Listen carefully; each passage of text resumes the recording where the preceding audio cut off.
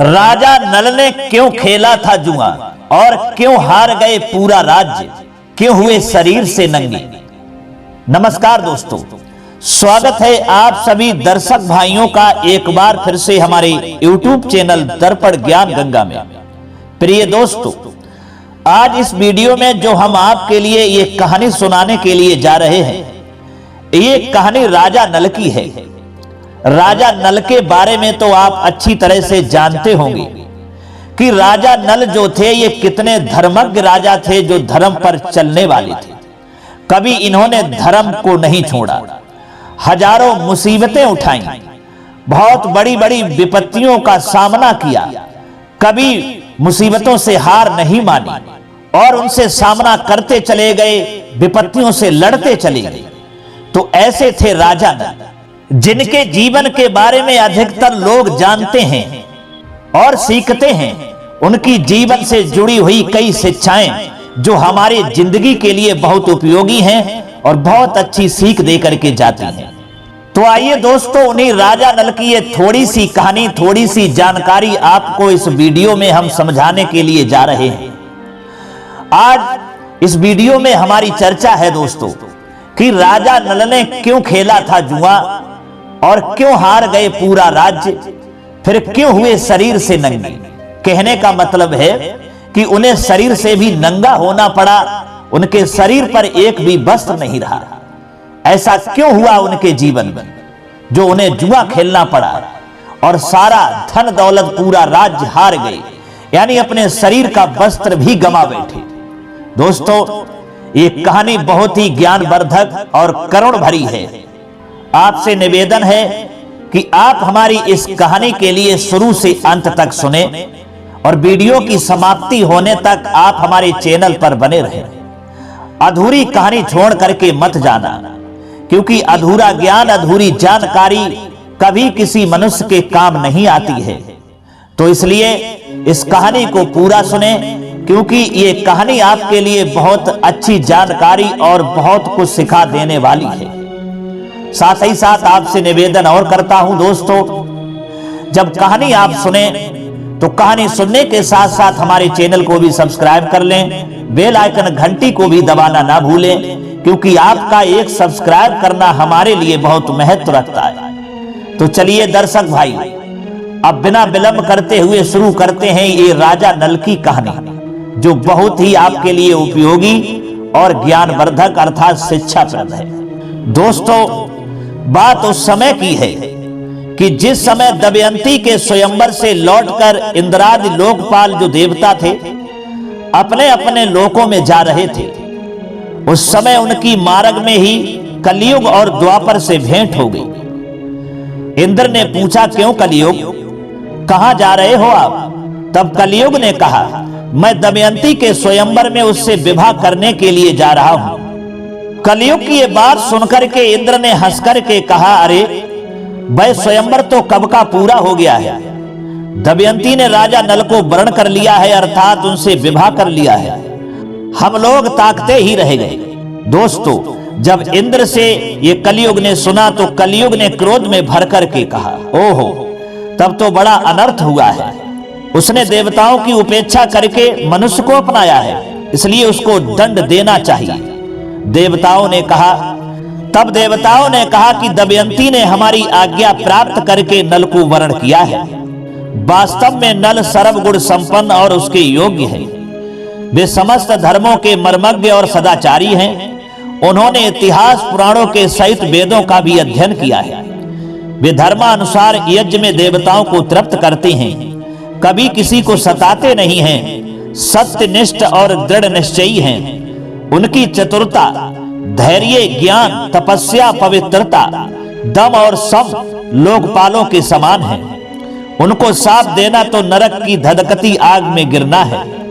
दोस्तों, ये कहकर के देवता लोग जो थे कलयुग से वहां से आगे के लिए चले गए। इधर दोस्तों, अब कलयुग ने फिर द्वापर से कहा, क्योंकि कलयुग बड़ा क्रोध में था। कलयुग सोच रहा था, ये दमयंती ने क्या किया जो हमको छोड़ करके और मनुष्य से विवाह कर लिया। विवाह तो मैं करना चाहता था, इसलिए कलयुग के अंदर आग धधक रही थी। तब उसने द्वापर से कहा कि हे भाई, मैं अपने क्रोध को शांत नहीं कर सकता, इसलिए मैं नल के शरीर में निवास करूंगा। मैं उसे राज्यच्युत कर दूंगा, यानी राज्य से राज्य विहीन कर दूंगा। तब वह दमयंती के साथ नहीं रह सकेगा, क्योंकि भाई मैं राजा नल को जुआ खिलवाऊंगा और तुम भी जुए के पासों में प्रवेश करके मेरी सहायता करना। दोस्तों, द्वापर ने उसकी बात स्वीकार कर ली।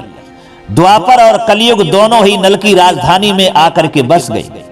12 बरस तक वे इस बात की प्रतीक्षा में रहे कि नल में कोई दोष दिख जाए, ताकि हम अपने जो कार्य के लिए आए हैं उस कार्य में लग जाएं और कार्य में मुझे सफलता मिल जाए। मित्रों, एक दिन की बात है कि राजा नल संध्या के समय लघुशंका से निवृत्त होकर पैर धोए बिना ही आचमन करके संध्या बंधन करने बैठ गए। ये अपवित्र अवस्था देखकर कलयुग ने कहा, यह बहुत अच्छा मौका है, अब हमें इनके शरीर में प्रवेश कर जाना चाहिए। दोस्तों, कलयुग उनके शरीर में ये सोच करके फिर प्रवेश कर गया। साथ ही दूसरा रूप धारण करके वह पुष्कर के पास गया और बोला, तुम नल के साथ जुआ खेलो और मेरी सहायता से जुए में राजा नल को जीतकर निषद देश का राज्य प्राप्त कर लो। मित्रों, पुष्कर उसकी बात स्वीकार करके नल के पास गया। द्वापर भी पांचों का रूप धारण करके उनके साथ हो लिया। जब पुष्कर ने राजा नल से बार बार जुआ खेलने का आग्रह किया, तब राजा नल दमयंती के सामने अपने भाई की बार बार की ललकार को सह न सके, क्योंकि ये पुष्कर जो था ये राजा नल का भाई था। उसकी बार बार ललकार को वो सहन नहीं कर सके। उन्होंने उसी समय पासे खेलने का निश्चय कर लिया। मित्रों, उस समय नल के शरीर में कलयुग घुसा हुआ था। दोस्तों, फिर जुआ का खेल जो था वह आरंभ हुआ और राजा नल जो थे जुआ के दाव में सोना चांदी रथ वाहन आदि जो कुछ थे वो लगाते गए और बार बार हारते गए। प्रजा और मंत्रियों ने बड़ी व्याकुलता के साथ देखा कि हमारे राजा तो सब कुछ हार रहे हैं, तो राजा नल से मिलकर के जुए को रोकना चाहा और आकर के फाटक के सामने खड़े हो गए। उनका अभिप्राय जानकर द्वारपाल रानी दमयंती के पास गए और बोला कि आप महाराज से निवेदन कर दीजिए, आप धर्म और अर्थ के तत्वज्ञ हैं। आपकी सारी प्रजा आपका दुख सहन न होने के कारण कार्य बस दरवाजे पर आकर के खड़ी है। इधर दोस्तों, दमयंती भी स्वयं दुख के मारे दुर्बल और अचेत हुई जा रही थी। उसने आंखों में आंसू भरकर गदगद कंठ से महाराज के सामने जाकर के निवेदन किया और कहा कि हे स्वामी, नगर की राजभक्त प्रजा और मंत्री मंडल के लोग आपसे मिलने आए हैं और ड्योढ़ी पर खड़े हैं, आप उनसे मिल लीजिए। मित्रों, परंतु नल जो था कलयुग का आवेश होने के कारण कुछ भी नहीं बोले। मंत्रिमंडल और प्रजा के लोग शोकग्रस्त होकर लौट गए, उनसे मिले ही नहीं। पुष्कर और नल में कई महीनों तक जुआ होता रहा तथा राजा नल बार बार हारते गए।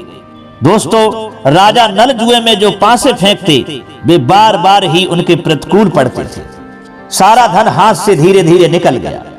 जब दमयंती को इस बात का पता चला, तब उसने बृहत सेना नाम की धाय के द्वारा राजा नल के सारथी यानी वासड़े को बुलवाया और उससे कहा कि हे सारथी, तुम राजा के प्रेम पात्र हो। अब ये बात तुमसे छिपी नहीं है कि महाराज बड़े संकट में पड़ गए हैं, इसलिए तुम घोड़ों को रथ में जोड़ लो और मेरे दोनों बच्चों को रथ में बैठा कर कुंडन नगर में ले जाओ, क्योंकि हमारे महाराज सब कुछ हार चुके हैं। तुम रथ और घोड़ों को भी वहीं छोड़ देना, तुम्हारी इच्छा हो तो वहीं रहना और नहीं तो कहीं दूसरी जगह चले जाना। मित्रों, सारथी ने दमयंती के कथनानुसार मंत्रियों से सलाह करके बच्चों को कुंडनपुर में पहुंचा दिया। रथ और घोड़े भी वहीं छोड़ दिए गए। वहां से पैदल ही चलकर वह अयोध्या जा पहुंचा और वहीं ऋतुपर्ण राजा के पास सारथी का काम करने लगा। प्रिय दोस्तों, बासड़े सारथी के चले जाने के बाद पुष्कर ने पांसों के खेल में राजा नल का राज्य और धन ले लिया। उसने नल को संबोधन करके हंसते हुए कहा, और जुआ खेलोगे, परंतु तुम्हारे पास दाव पर लगाने के लिए तो कुछ है ही नहीं। यदि तुम दमयंती को दाव पर लगाने योग्य समझो तो फिर खेलो। मित्रों, ये सुनकर के नल का हृदय फटने लगा। वे पुष्कर से कुछ भी नहीं बोले उन्होंने अपने शरीर से सब वस्त्राभूषण उतार दिए और केवल एक वस्त्र पहने नगर से बाहर निकले। दमयंती ने भी केवल एक साड़ी पहनकर अपने पति का अनुगमन किया, उनके साथ चल दी। मित्रों, नल के मित्र और संबंधियों को बड़ा शोक हुआ। नल और दमयंती दोनों नगर के बाहर 3 रात तक रहे।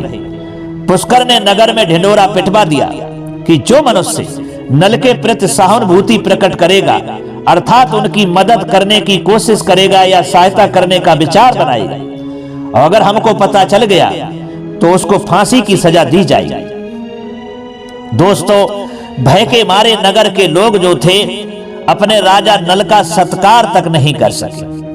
राजा नल 3 दिन रात तक अपने नगर के पास केवल पानी पीकर रहे।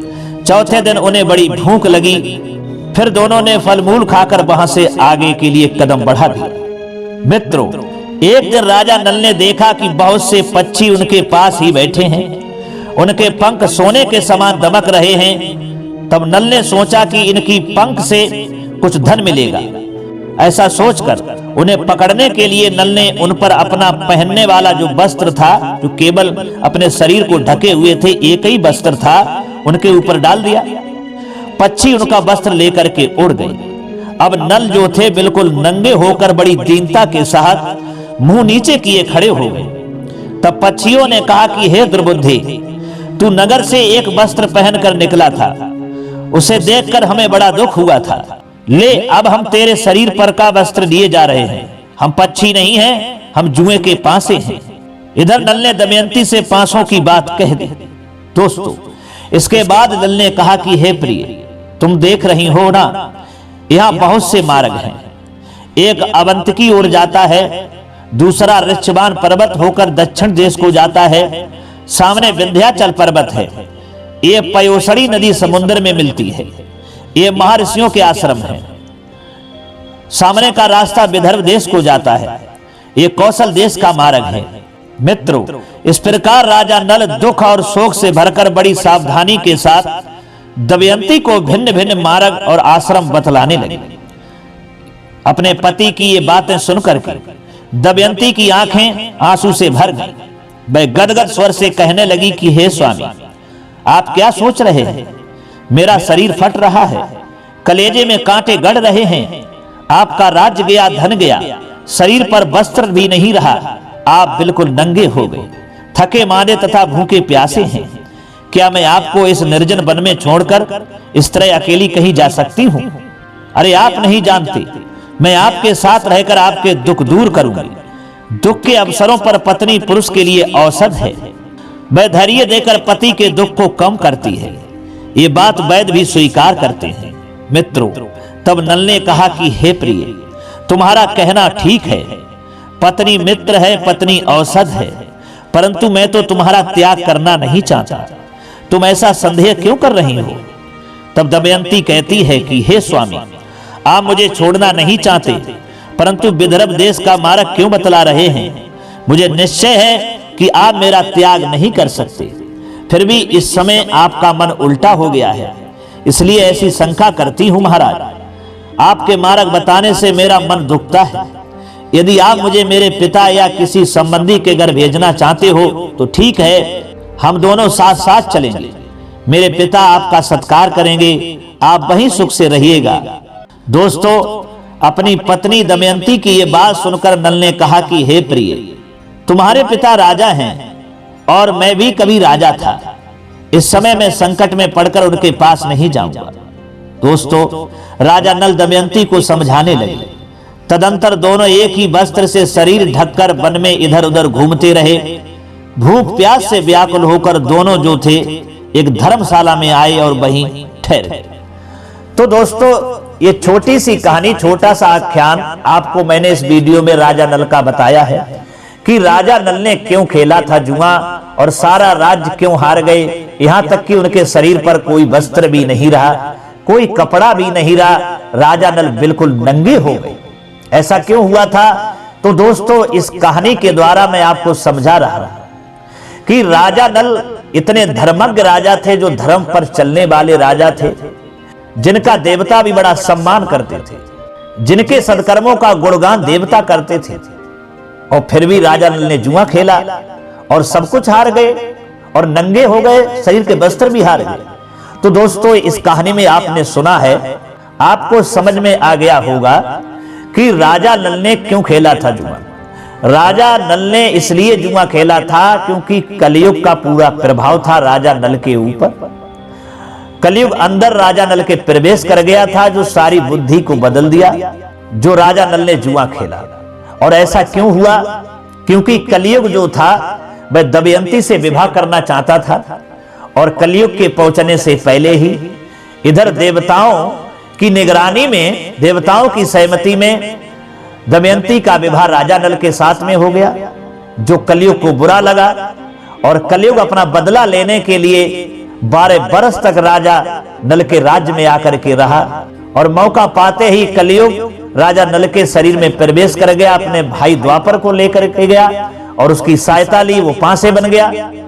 और कलयुग ने ही ऐसी बुद्धि राजा नल की कर दी कि आपस में जुआ खिलवा दिया पुष्कर के साथ में, और पुष्कर ने सब कुछ राजा नल का जीत लिया। यानी यहां तक की ही नहीं कि कुछ भी राजा नल के पास में नहीं रखा और तन पर कपड़ा भी राजा नल के नहीं रहा। राजा नल जाकर के वन में दंगे हो गए।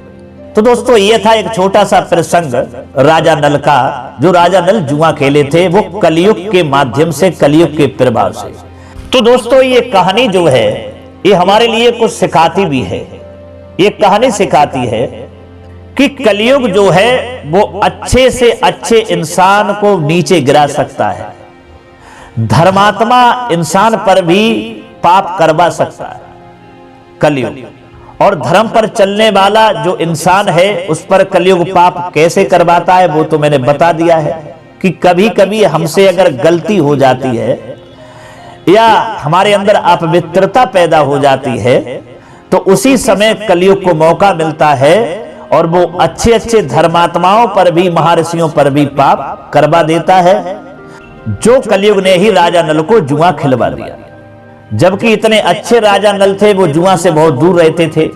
तो छोटी सी अपवित्रता, मात्र थोड़ी सी अपवित्रता से कलयुग ने अपना प्रभुत्व जमा लिया और अपना जाकर के राजा नल से बदला लेना आरंभ कर दिया। अर्थात राजा नल के लिए उस कलयुग ने कहीं का नहीं छोड़ा, कुछ नहीं रखा। तो दोस्तों ये थी कहानी राजा नल की। आगे क्या हुआ राजा नल के जीवन के बारे में, किस तरह से दमयंती ने राजा नल का साथ दिया और किस तरह से राजा नल और दमयंती अलग अलग हो गए, वो आगे हम वीडियो में आपको बताने का और समझाने का प्रयास करेंगे। जो हमने दोस्तों ये आख्यान आपको इस वीडियो में सुनाया है, ये महाभारत से लिया है। तो दोस्तों कैसा लगा हमारा ये प्रसंग, कैसी लगी ये राजा नल की छोटी सी कहानी, छोटी सी जानकारी? हमें उम्मीद है ये आपको जरूर अच्छी लगी होगी, पसंद आई होगी। अगर आपको ये कहानी पसंद आई है राजा नल की तो कमेंट बॉक्स में जरूर बताना और हो सके तो अपने दोस्तों के लिए भी शेयर करना। अब दोस्तों क्षमा चाहते हैं, पुनः मुलाकात होगी अगली वीडियो में किसी और नई चर्चा में। तब तक के लिए सब्सक्राइबर बंधु एवं दर्शक भाइयों के लिए राधे कृष्णा, ओम नमः शिवाय, नमस्कार।